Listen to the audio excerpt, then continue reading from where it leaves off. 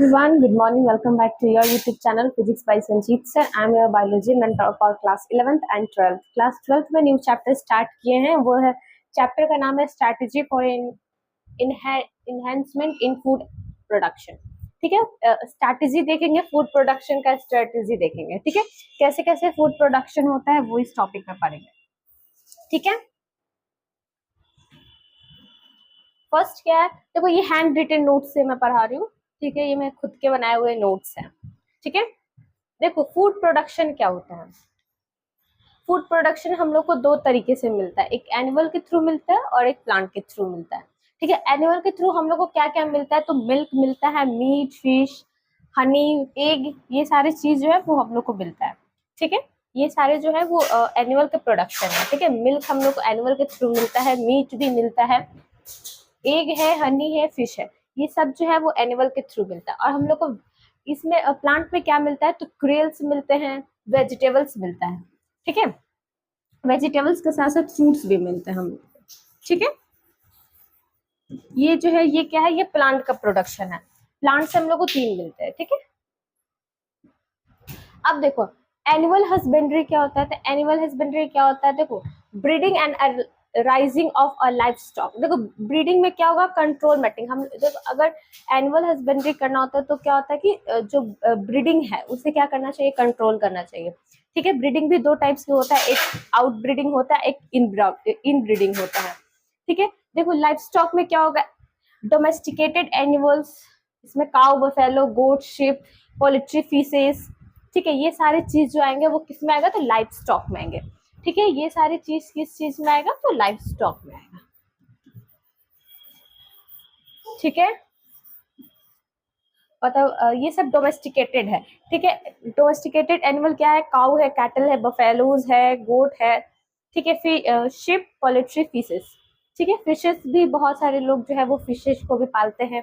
ठीक है, यहाँ पे मुर्गियों को भी पालते हैं। ठीक है, पोल्ट्री करते हैं। अब देखो जो नेक्स्ट है वो क्या है, वर्ल्ड लाइफ स्टॉक पॉपुलेशन। ठीक है, वर्ल्ड में, संसार में कितना लाइफ स्टॉक पॉपुलेशन है, तो 25%। कितना पॉपुलेशन है, तो 25% जो है, सॉरी 25% जो है वो प्रोडक्टिविटी है।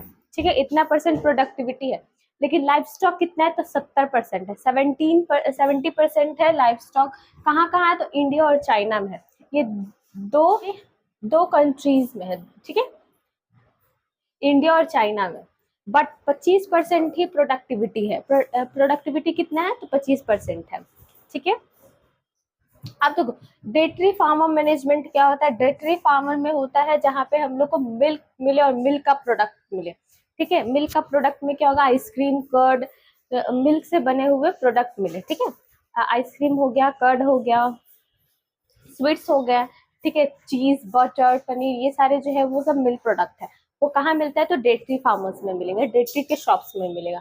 Selection of a good breed, हम लोग को फर्स्ट ऑफ ऑल पहले क्या करना चाहिए, तो एक अच्छा ब्रीड को सिलेक्ट करना चाहिए। ठीक है, अगर ब्रीडिंग करवाना है तो क्या करना चाहिए, पहले एक अच्छा ब्रीड को सिलेक्ट करना चाहिए। फिर high yield and decreasing resistance, इसमें क्या होगा, रेसिस्टेंट जो है वो क्या करना चाहिए, डिक्रीज करना चाहिए, और हाई यील्डिंग करना चाहिए। देखो हाउस जो है, हाउस कैसा होना चाहिए, तो वेंटिलेशन होना चाहिए, उसमें वाटर, एयर, सब चीज का सुविधा होना चाहिए। अगर फीड का बात करें तो roughest concentration of oil cakes. ठीक है, क्या होना चाहिए, जो ऑयल केक्स है उस पर ज्यादा कॉन्सेंट्रेट करना चाहिए। क्लीनिंग रेगुलर करना चाहिए, और जहाँ पे कैटल है, गाय है, वाय है, यहाँ पे क्लीनेस को हमेशा ध्यान रखना चाहिए। ठीक है, अब देखो dairy farm management, dairy farmer management क्या क्या है, बफेलो में देखो, काऊ में देखो। ठीक है, देखो बफेलो में क्या होता है, बफेलोज, देखो बफेलो डिजीज रेसिस्टेंस, इसके पास जो होता है डिजीज रेसिस्टेंट होता है, इसके पास ज्यादा दूध होता है, मोर मिल्क। ठीक है, ज्यादा दूध होगा। ठीक है, लेकिन जो मिल्क है वो कैसा होगा, मोर फैट इन मिल्क। यहाँ पे क्या होगा, दूध जो है वो ज्यादा फैट होगा, फैट जो है दूध में जो फैट है वो बहुत ज्यादा होगा। ठीक है, ज्यादा अमाउंट में होगा। कुछ एग्जाम्पल है, कुछ गांव, कुछ बफेलोस का एग्जाम्पल दिया हुआ है। ठीक है, अब देखो काऊ में आता है, ये क्या है, बॉस इंडिकस है, इंडियन जो काऊ है, इंडियन काऊ में आ गया। देखो फॉरेन में पहले कौन कौन से काउस है, तो फॉरेन में ये सारे काउस थे। ठीक है, जर्सीज हो गया, ब्रॉन्सबीज हो गए, हॉल्ट्रेन हो गया, परेशियन हो गया, ये सारे जो है वो फॉरेन का हाउस काऊ है। और यहाँ का जो काऊ है वो सारे इंडियन काऊ क्या है, गिर हो गया, रेड सिंड्री हो गया, साहिवाल हो गया। ठीक है, साहिवाल, ये सारे जो है वो इंडियन काऊ है। और ये सारे जो है वो क्या बोलते हैं, फॉरेन का काऊ है। ये जो दिया हुआ है जर्सी, जर्सी आपके एनसीईआरटी में भी दिया हुआ है। ठीक है, एनसीईआरटी में मेंशन किया हुआ है। अब देखो डिजीज ऑफ काऊ, दो टाइप्स, जो सॉरी, जो काऊ है या बफेलो है उसमें क्या हो सकता है, डिजीज भी हो सकता है। दो तरीके के डिजीज है, पहला वायरल है और दूसरा बैक्टीरिया है। ठीक है, वायरल में क्या क्या होगा, तो इसमें हो जाएगा रेंजर पेस्ट। ठीक है, रेंडर पेस्ट है, ये कैटर प्लेग्यू है। ठीक है, इसमें प्लेग्यू है, ये ज्यादा गाय भैंस में होता है, ये प्लेग्यू है। बैक्टीरियल में देखें तो एंथ्रैक्स है। ठीक है, ये है वैसिलियस एंथ्रोसिस। ये डिजीज का क्या नाम है, तो वैसिलियस एंथ्रोसिस नाम है। ठीक है, ये कैसा है, तो ये बैक्टीरियल डिजीज है। ठीक है, अब देखो पोल्ट्री फार्मर मैनेजमेंट क्या है, एनिमल्स कैटल फार्मर मैनेजमेंट तो देख लिए, वहां पे साफ सफाई चाहिए। ठीक है, वैसे जगह जो जहाँ फार्म है, ठीक है, कैटल का रहने वाला, जहाँ पे गाय भैंस के रहने वाला जगह जो है वो क्या चाहिए, वो साफ सुथरा चाहिए। ठीक है, क्लीनेस चाहिए, वहाँ पे हवा, पानी, हर चीज का, खाना, हर चीज का व्यवस्था होना चाहिए। ठीक है, दो तरीके से काऊ में डिजीज होता है, कौन कौन सा, एक बैक्टीरियल डिजीज होता है, दूसरा वायरस डिजीज होता है। ठीक है, जो काऊ जो बफेलो का जो मिल्क है वो मोर फैट होता है देन द काऊ, काऊ में कम होता है, लेस होता है फैट, लेकिन जो बफेलोज है उसमें मोर फैट्स होते हैं। ठीक है, अब देखो पोल्ट्री फार्मर्स में क्या है, तो पहले हम लोग पोल्ट्री पढ़ेंगे। ठीक है, class of domesticated fowl birds, fowls used for a food of their eggs. देखो इसमें क्या रखा जाता है, इसमें आपको रखा जाएगा बर्ड्स को। ठीक है, बर्ड्स को क्यों रखा जाता है, बिकॉज एग्स के लिए, अंडा के लिए रखा जाता है। ठीक है, जैसे चिकन हो गया, गूस हो गया, आपको डक, बहुत सारे जो बर्ड्स हैं जो एग ले करते हैं, मतलब सारे बर्ड जो है एग ले करते हैं, लेकिन कुछ कुछ ऐसे डक, चिकन, गूस, ये सारे जो है इसको यूज किया जाता है।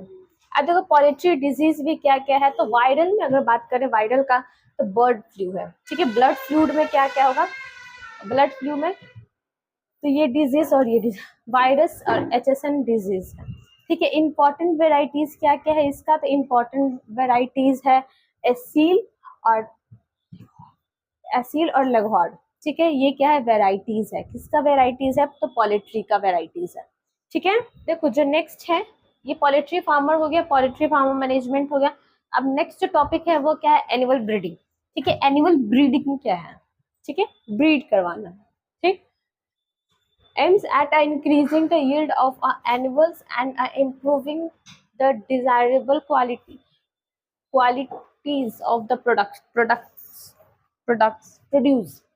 देखो यहाँ पे एनिमल को ब्रीड करवाया जाएगा। ठीक है, देखो increase the yielding of animals, ये जो है ना ये जो प्रोसेस है ये जानवरों को क्या करता है, इंक्रीज करने में हेल्प करता है। ठीक है, ये ब्रीड करवाने से, and improving the desire quantities of the produce, इसका जो प्रोडक्शन है वो बहुत अच्छा होता है। ठीक है, अब देखो ब्रीड क्या होता है, a group of animal related by a descent and similar in most characters like general appearance, feature, size, configuration, etc। देखो ये क्या होता है, ब्रीडिंग क्या होता है, ब्रीड क्या होता है, तो अ ग्रुप ऑफ एनिमल्स, एनिमल्स का ग्रुप होता है। ठीक है, जिसका सिमिलर, ज्यादातर सिमिलर करेक्टर आपको देखने को मिलेगा। ठीक है, करेक्टर में क्या क्या मिलेगा, तो जनरल अपीयरेंस, ठीक है, उसका फीचर, साइज और उनका कॉन्फ़िगरेशन, ये सारे जो होगा वो ऑलमोस्ट क्या होगा, तो सिमिलर होगा। ठीक है, अब देखो एनिमल ब्रीडिंग, ब्रीडिंग जो है वो दो टाइप्स के होता है, एक होता है इन ब्रीडिंग और दूसरा होता है आउट ब्रीडिंग। ठीक है, देखो इन ब्रीडिंग में क्या होता है, mating of A closing related individuals with in the same breed for 6 generation. देखो इसमें क्या होता है, जो मैटिंग होता है वो क्लोजली होता है। ठीक है, क्लोजली रिलेटेड होता है, 4 से 6 जनरेशन तक ये कंटिन्यू सेम ब्रीड होते रहता है। ठीक है, to involve a purely increase of homozygous accumulations of a species superior generation genes, elimination of harmful genes, but continuously in breeding resultant। देखो अगर कंटिन्यूअस ये प्रोसेस चलता है, ठीक है, कंटिन्यूअसली होता है तो ये क्या हो जाता है, इसका जो लास्ट में जो रिजल्ट आता है वो कैसा आता है, तो इन ब्रीडिंग, इसका जो लास्ट में जो रिजल्ट आएगा वो कैसा आएगा होगा,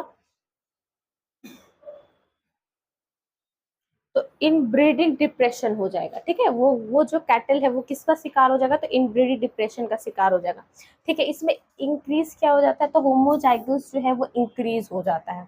ठीक है, 4 से 5, 4 से 6 जनरेशन ये कंटिन्यूअसली कंटिन्यू होते रहता है। जो इन्वॉल्व अ प्योरिंग, ये क्या हो जाए, ये इसमें प्योर लाइन इन्वॉल्वमेंट होता है। ठीक है, ये प्योर होता है। एक्यूमुलेशन ऑफ सुपीरियर जनरेशन, ये जो है वो सुपीरियर जनरेशन के लिए एक्यूमुलेट हो जाता है। कभी कभी क्या होता है, हार्मफुल जीन के वजह से वो जो कैटल है उसे डिप्रेशन का भी वो शिकार हो सकता है। ठीक है, आउटब्रीडिंग क्या होता है, आउटब्रीडिंग में 3 टाइप्स के होते हैं। एक होता है आउट क्रॉस क्रॉस ब्रीडिंग और इंटर स्पेसिफिक ब्रीडिंग। ठीक है, 3 टाइप्स के आउट ब्रीडिंग होता है। आज तक का इतना ही रखो, ये जो टॉपिक है ये कल हम लोग कवर करेंगे। ठीक है।